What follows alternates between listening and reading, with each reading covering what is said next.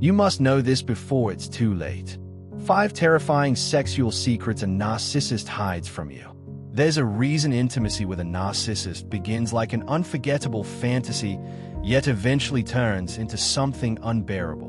What feels intoxicating at first is never really about love or passion. It's about dominance, control, and pulling you so far into their grip that you lose the ability to separate genuine desire from subtle destruction. To outsiders, they may come across as charming, magnetic, even dangerously alluring. But behind closed doors, their relationship with sex is far darker than most people realize. It is not about connection, it is about dehumanization. And what I'm about to reveal are 5 sexual truths they desperately hope you never uncover. Because once you see them clearly, you will never view them the same again. Secret number 1. Their sexuality is fluid, but not in the way you might imagine. When people hear the phrase sexually fluid, they often think of exploration, openness, and the freedom to embrace one's authentic identity. But for narcissists, it isn't about freedom, it's about strategy. Their so-called fluidity doesn't arise from self-discovery. It stems from a complete absence of a stable sexual identity. They adapt their sexual persona to fit the moment, the partner, or the opportunity. Gender, age, status, vulnerability, it makes no difference. If you can supply them with admiration, validation, or attention, they will mold themselves into whatever role secures it. This is why encounters with them feel strangely hollow. The performance might be fiery and convincing, but it isn't anchored in authentic passion. It's a shapeshift, just like every other mask they wear. One day, they present themselves as the dominant force, taking charge with intensity. The next, they play submissive, needy, or fragile. Yet beneath the roles, there is no genuine sexual core, only manipulation disguised as intimacy. And no matter how extreme, adventurous, or passionate the sex may appear, there's always something missing. No soul, no depth, only a performance. So then, why does it often feel so intense at the beginning, like the best you've ever experienced? Because they've rehearsed, over and over, with countless partners. They've treated people as experiments, refining their craft the way a scientist tweaks a formula. They are not attuned to their own bodies. They are attuned to yours. They read your breathing, memorize your movements, study your responses, and mirror it all back to you until you feel seen, cherished, and perfectly matched. But make no mistake, it's an illusion. They aren't connecting. They are collecting, gathering information, perfecting tactics, and storing tricks to use again and again. Secret number 2. Sex is nothing more than a stage play and a diversion. You thought there was magic in their touch. You believed they were feeling the same passion you felt. But the truth is sobering. What you experienced wasn't intimacy. It was a performance. Narcissists treat sex like theater, slipping into character, acting out desire, and selling you an illusion. In the beginning, the show dazzles you. It feels electric, magnetic, unforgettable. Yet over time, you begin to sense the shift. The fire fades, the intensity grows shallow, and the encounters become less frequent. That's not in your imagination. Narcissists get bored quickly because they are not engaging with you on a deeper level. Unlike emotionally healthy people who use sex to foster closeness and connection, narcissists use it to distract from their emptiness, their shame, their fragile sense of self. For the somatic narcissist especially, the one obsessed with physicality, beauty, and bodily pleasure, sex becomes more like a narcotic. They chase new highs, new partners, new thrills, but never reach fulfillment because the emptiness they're trying to escape isn't between the sheets, it's inside them. They can't bear to face the loneliness, inadequacy, and self-disgust lurking beneath the surface, so they bury it under bodies and orgasms. And that's why you felt it, that chilling absence when you're lying next to them afterward, searching for tenderness, eye contact, or a gentle kiss, only to be met with coldness, detachment, or even cruelty. You weren't imagining being used. You were used. You weren't cherished. You were a stage for their performance. When the act ends and the curtain falls, they vanish, leaving you empty and questioning your own worth. Secret number 3. They carry sexual shame and dysfunction, but make you the scapegoat. This is one of the most tightly guarded secrets, hidden under layers of denial, because narcissists refuse to acknowledge vulnerability. But it leaks into the bedroom in insidious ways.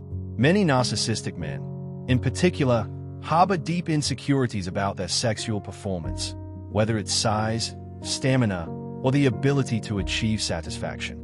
Instead of owning these struggles, they twist the blame back onto you. Suddenly, you're accused of being frigid, demanding, unattractive, or too critical.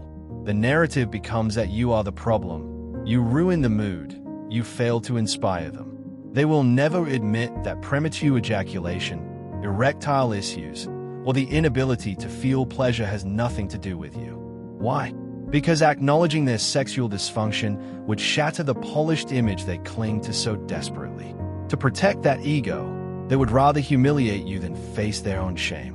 And so, they begin dismantling your self-esteem piece by piece, making you wonder if you're still desirable or worthy of love. Some of you may have even been coerced into extreme diets, cosmetic procedures, or degrading fetishes just to try to revive the connection. But the cruel reality is that the problem was never you. It was their shame, their disconnection, their fragile ego unable to withstand reality. Instead of healing, they project. And tragically, you start to believe it. Secret number 4. They are sexual sadists who thrive on your suffering. For many narcissists, intimacy is not about closeness or passion. It becomes a weapon.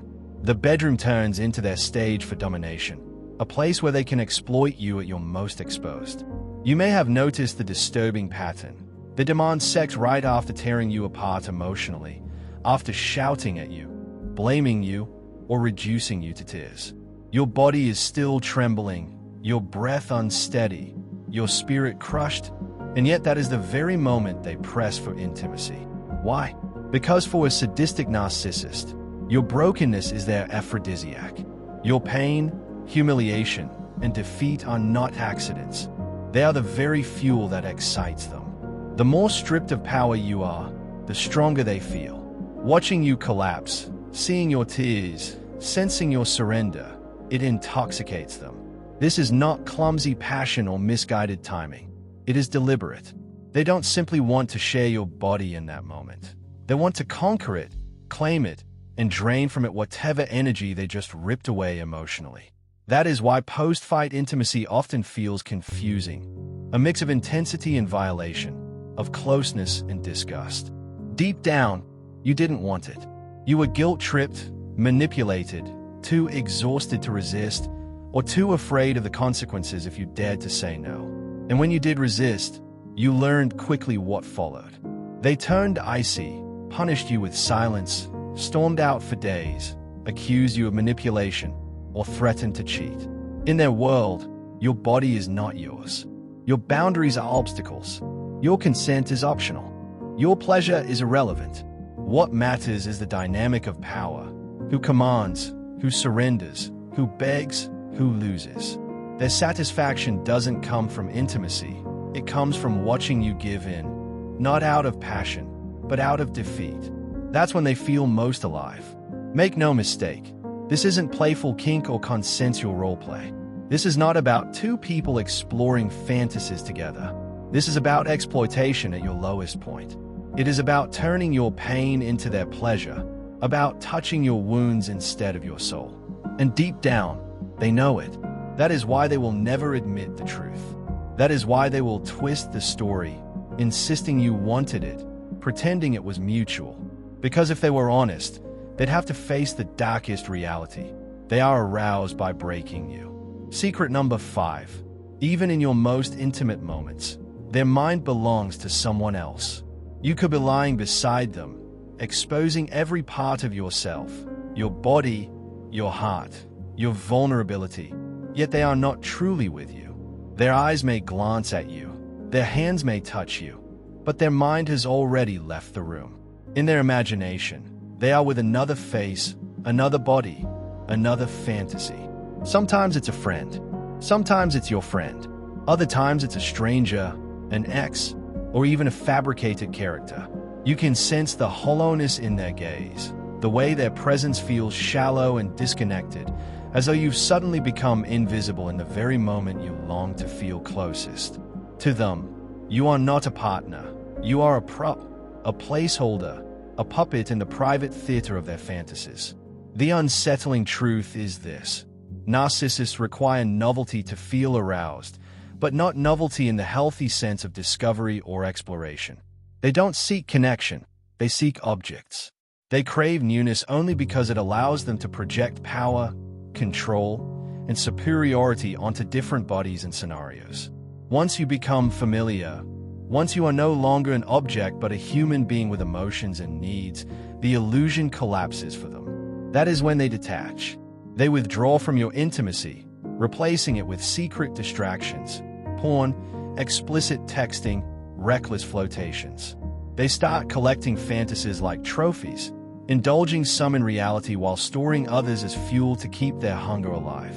And when they are with you physically, more often than not, they are mentally elsewhere, imagining a scene that does not include you. Rarely, almost never, do they allow themselves to see you. To truly see you would mean acknowledging your soul, feeling authentic love, engaging in real vulnerability.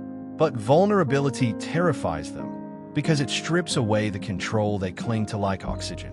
This is why you felt like a ghost in your own relationship. Your body might be used, but your heart is untouched. Your presence might be near, but you remain unseen. That ache inside you, that quiet awareness that something is missing, it is not your imagination. It is the reality of being with a narcissist who cannot and will not inhabit true intimacy. And the cruel irony is this: the deeper your love grows, the more they retreat. Genuine closeness threatens them, while distance preserves their power. So they continue the performance, acting affection, pretending passion, yet never allowing themselves to actually live it. They can mimic vulnerability, but they cannot surrender to it. That is why the connection feels both intense and empty, powerful yet soulless. So I'll ask you, was this secret revealed to you in your own experience? Did you ever feel unseen even while lying next to someone you thought loved you? Share your truth, because naming it is the first step toward breaking free. With that, we'll bring this chapter to a close. Thank you for listening. Until next time, remember, healing begins when you stop questioning your reality and start reclaiming your power.